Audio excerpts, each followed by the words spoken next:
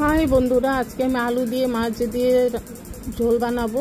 মাছগুলো ধুয়ে নুন হলুদ দিয়ে মেখে এবার ভেজে নিলাম। ভালো করে ভেজে নেব লাল লাল করে। দেখতে থাকুন কিভাবে করি। মাছগুলো উল্টে দেব।